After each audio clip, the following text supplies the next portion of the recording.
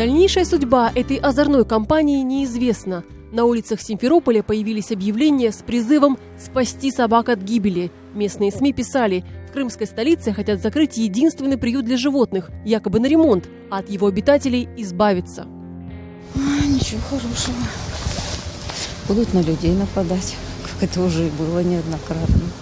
Деньги надо, значит, городу выделять на содержание питомника.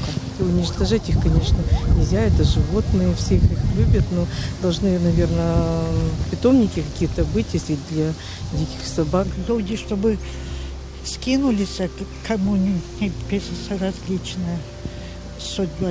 Лично я бы сдала взнос. А раз у нас уже мы более чем стали выше, чем эти животные, то, конечно, у нас должно быть гуманное к ним отношение. Если уже сделали этот питомник, то надо его до конца содержать. До сих пор приют для четвероногих бездомных был здесь. Симферопольская свалка. На ее территории уже 7 лет работает пункт передержки. Именно сюда служба отлова привозила собак. Рядом крематорий и клиника. Все в собственности города, но на плечах волонтеров. От ремонта вольеров до стерилизации животных. Тут же как была стена, как городская служба отлова. Вот это, что мы пристраиваем собак, что мы здесь их кормим, что мы их лечим, они этим раньше не занимались.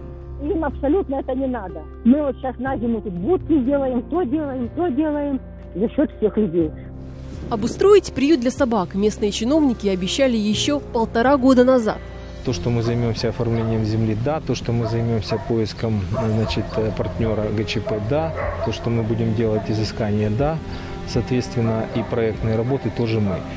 Общественники здесь в дальнейшем будут эксплуатировать, значит, оперативно управлять данными объектами. Старые обещания отложили на Новый год. Но угроза того, что собак могут выгнать на улицу или даже усыпить, не дает покоя людям.